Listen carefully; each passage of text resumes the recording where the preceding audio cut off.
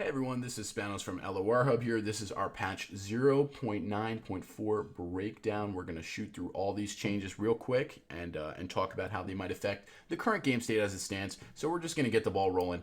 First up, we've got Draven. So Draven now levels up when striking with two axes at the same time. I think this is a great change, honestly. In my mind, you've got the three camps, right? You've got the aggro camp, the mid-range camp, and the control camp. And out of those three camps, in my opinion, I would say aggro is definitely by a pretty large margin, the weakest right now. I think you've got a ton of strong mid-range decks and control decks running around. I'm going to reference Ezreal Karma for control decks, or Spooky Karma, and for mid-range you got the big Garen Fiora Bannermans running around.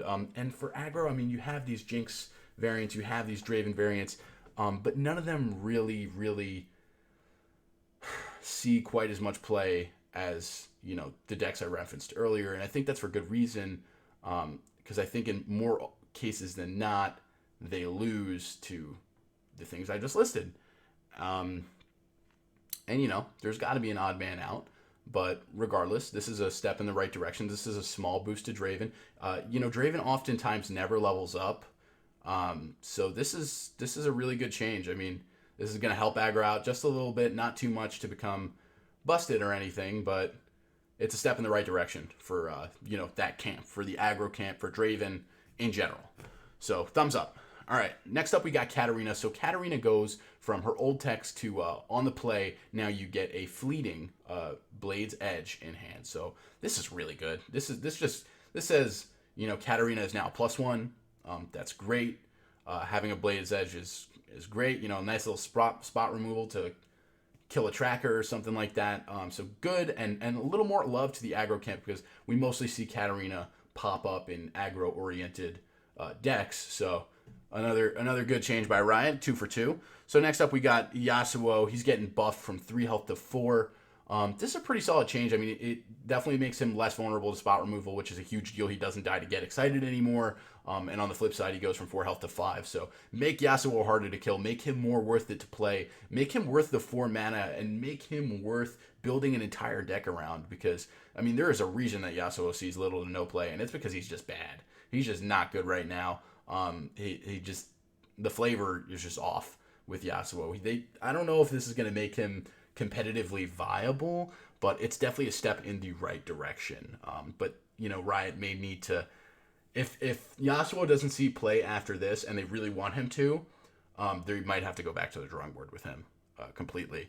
If they want him to see play, and I mean, they may not. This may be it. This may be all they can do for him, because guys, this is a card game, and there are good cards and bad cards. Every card game has them. Every card can't be good. So Yasuo might be good, and also might stay in irrelevancy forever. So moving forward, we've got Kalista. So Kalista, they've gone back to the drawing board with Kalista a couple different times, giving her a couple of different buffs. So now, instead of 4 allies dying to level up, she only needs to see 3. This is a nice little boost to Kalista. She's slowly been getting better and better. I think she's just been overshadowed by, the other Shadow Isles champions like Elise, who's one of the best cards in the game. You had Hecarim, who at one point was one of the best cards in the game and is still like pretty solid, even in his more tame state. And then you have Thresh, who, is just a phenomenal control card in general. So is Kalista going to be worth playing over the other Shadow Isles champs? Is she worth building a deck around? I don't know. That remains to be seen. However, this is a nice boost, and it may cause people to experiment with her a little more, which is cool. So thumbs up change. I mean, like, when I look at Kalista, I see a 3-drops, a pretty small mana commitment for a 4/3 fearsome, which is really solid off the bat. That's a 4/3 fearsome unit. To a 5/4 for 3 mana. It's a pretty small mana commitment for a high upside. So I'm going to go ahead and say Kalista will be pretty good after this patch. They've just been slowly and gently pushing her in the right direction every patch, and I'm a big fan of Riot's ideology when it comes to making those changes and not just overtly changing things, and the slow and steady approach. It's a thumbs up for me. I like it. So Laurent Duelist. Going from 3 power to 4. I don't really think this is going to do anything for Laurent Duelist. It just dies to Mystic Shot. It's just too easy to spot remove. It's conditional, you know, you need an ally to give Challenger.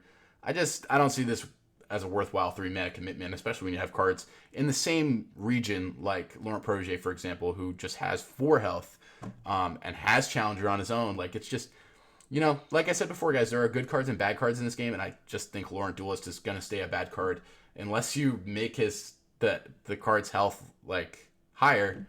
Then I don't think the 4 power is really going to do much for Laurent Duelist, unfortunately. So moving on, we've got perhaps the biggest change in the whole patch. So Bannerman no longer buffs himself, but only others.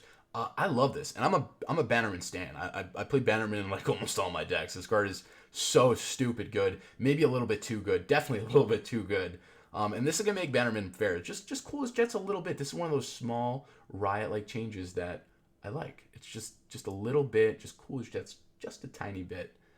So now you're gonna see people, you know, they could have one other card on the board and they would just drop a Bannerman anyways because it's like, hell, I get a 4/4 and I get to buff my other card. Why not? Why would I not do this? You're going to see people be a little more conservative with their Bannermans and try to go a little wider before, you know, dropping them. And I think that's fair. I mean, this card was too good, right? This card was ruling the roost, had a huge effect on the meta. So big thumbs up on this change. I really like it.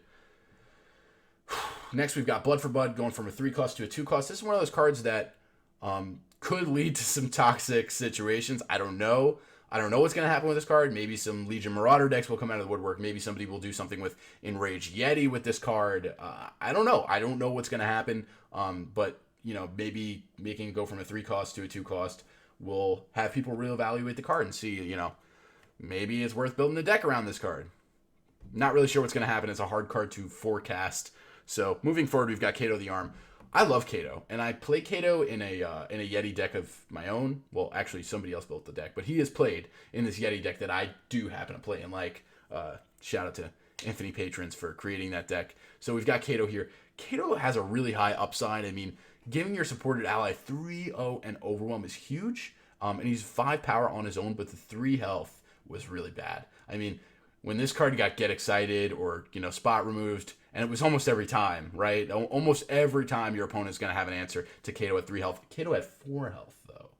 This might be the Giga Chad we're looking for, all right? This is a total Chad card now, right? I mean, 4 health is way harder to deal with than 3. No longer dies to Get Excited. You're going to have to jump through a couple more hoops to get rid of him, and he's got some staying power on the board. So I don't think this is going to break the game, but I do think Kato is going to see an increase in his relevancy in the game as it stands. So awesome change. Good job, Riot. So Trapper going from a 2-2 to a 2-3. Why was this card not a 2-3 to begin with? I don't know. Just one of those cards that's straight up undertuned. I don't really get it. I don't think this card's going to see any more or less play. I mean, I think now, looking at the changes, with this and Kato, you might see Yetis get a little boost after tomorrow, which I like. I'm cool with that. I'm a Yeti player. I'm a Yeti stan. All right, so next up we got Starless Steel, going from 2-2 to a 2-3. This card went from good, just good, maybe okay, it's okay as it stands right now, to great, right? This card, for 2 mana, like, it's got a really good upside effect, but it was just way too easy to kill. Like, it's a simple Mystic Shot away from dying, just way too easy to get off the board. Now, you know, you got to do a little more to get rid of it. But still, it's not incredibly difficult to get rid of. I mean, you know, 3 life isn't the end of the world. It's just, you know, now you can't Mystic Shot it. So, get fucked, PNC players. Next up, we got Warding Stones. So, Warding Stones is going from 3 health to 4. I don't know if this is going to be a big enough boost to really make ramp more relevant than it already is.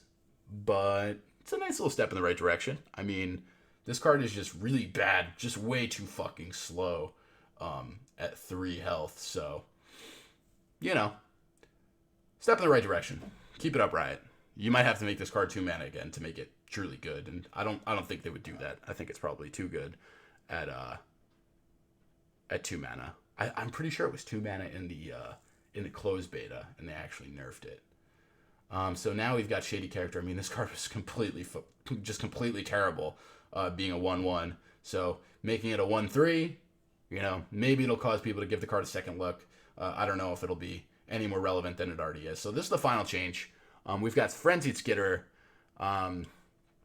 Going from a 3/3 to a 3/2, awesome. This card should be able to get Mystic Shotted. Much like Bannerman, this is like one of the strongest cards in the game, period. It's a 3/3 body for 3 with Fearsome and with that crazy effect. Like, are you kidding me? This card was just a little bit overtuned. So yeah, make it be able to get Mystic Shotted. Sure, have at it, PNC players.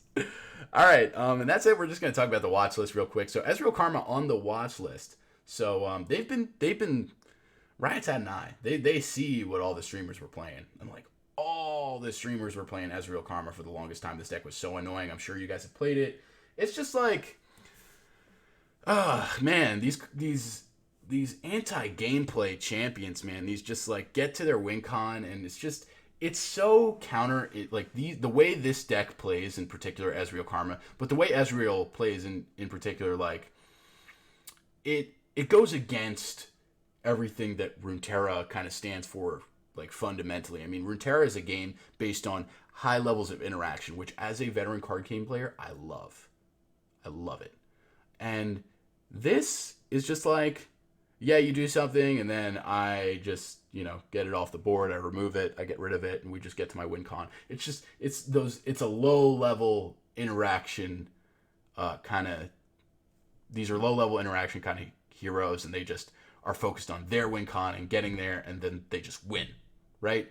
So, rightfully so, watch your back, Ezreal Karma players, because your days may be numbered. If you've been getting ranks with that deck, I hate you. Just kidding. Alright, guys. That is our patch 0.9.4 breakdown. We will see you guys next time. Take care.